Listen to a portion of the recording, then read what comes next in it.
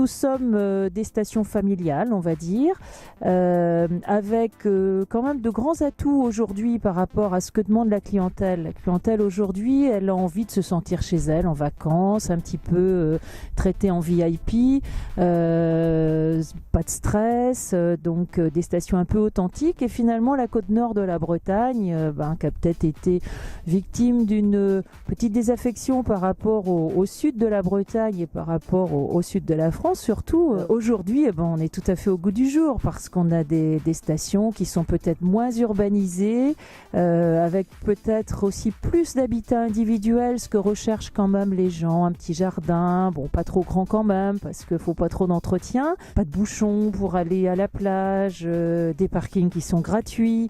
On a un certain nombre d'atouts quand même aujourd'hui qu'il faut savoir mettre en valeur, qui sont agréables à la fois pour l'habitant à l'année, pour le résident secondaire bien sûr, et puis pour le touriste ou le vacancier qui viennent pour une visite ou pour quelques jours.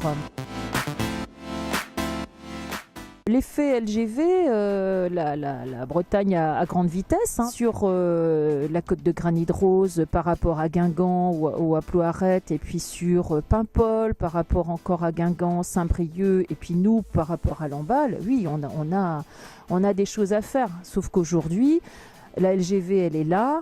Et puis, on a tout à faire derrière. C'est-à-dire qu'il n'y a pas vraiment de service de location de voiture à la sortie de la gare, chez nous.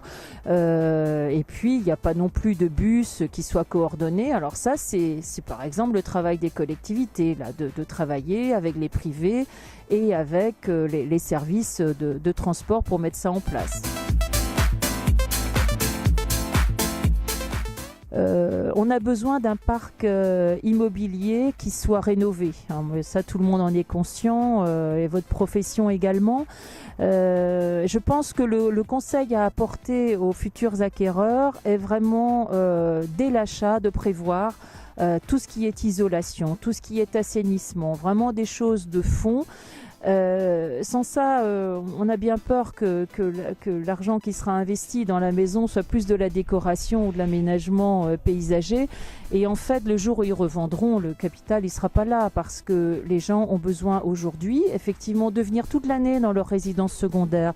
Et puis peut-être aussi que des personnes peuvent très bien acquérir un bien, le mettre en location pendant 9 ans, en bénéficier ensuite, mais du coup, en le mettant en location pendant 9 ans, on bénéficie de toutes les aides des collectivités, en fait, pour la rénovation, puisque là, il n'y a plus de barrières, puisque ces aides sont accessibles pour les habitants à l'année, en fait, et pour les loueurs.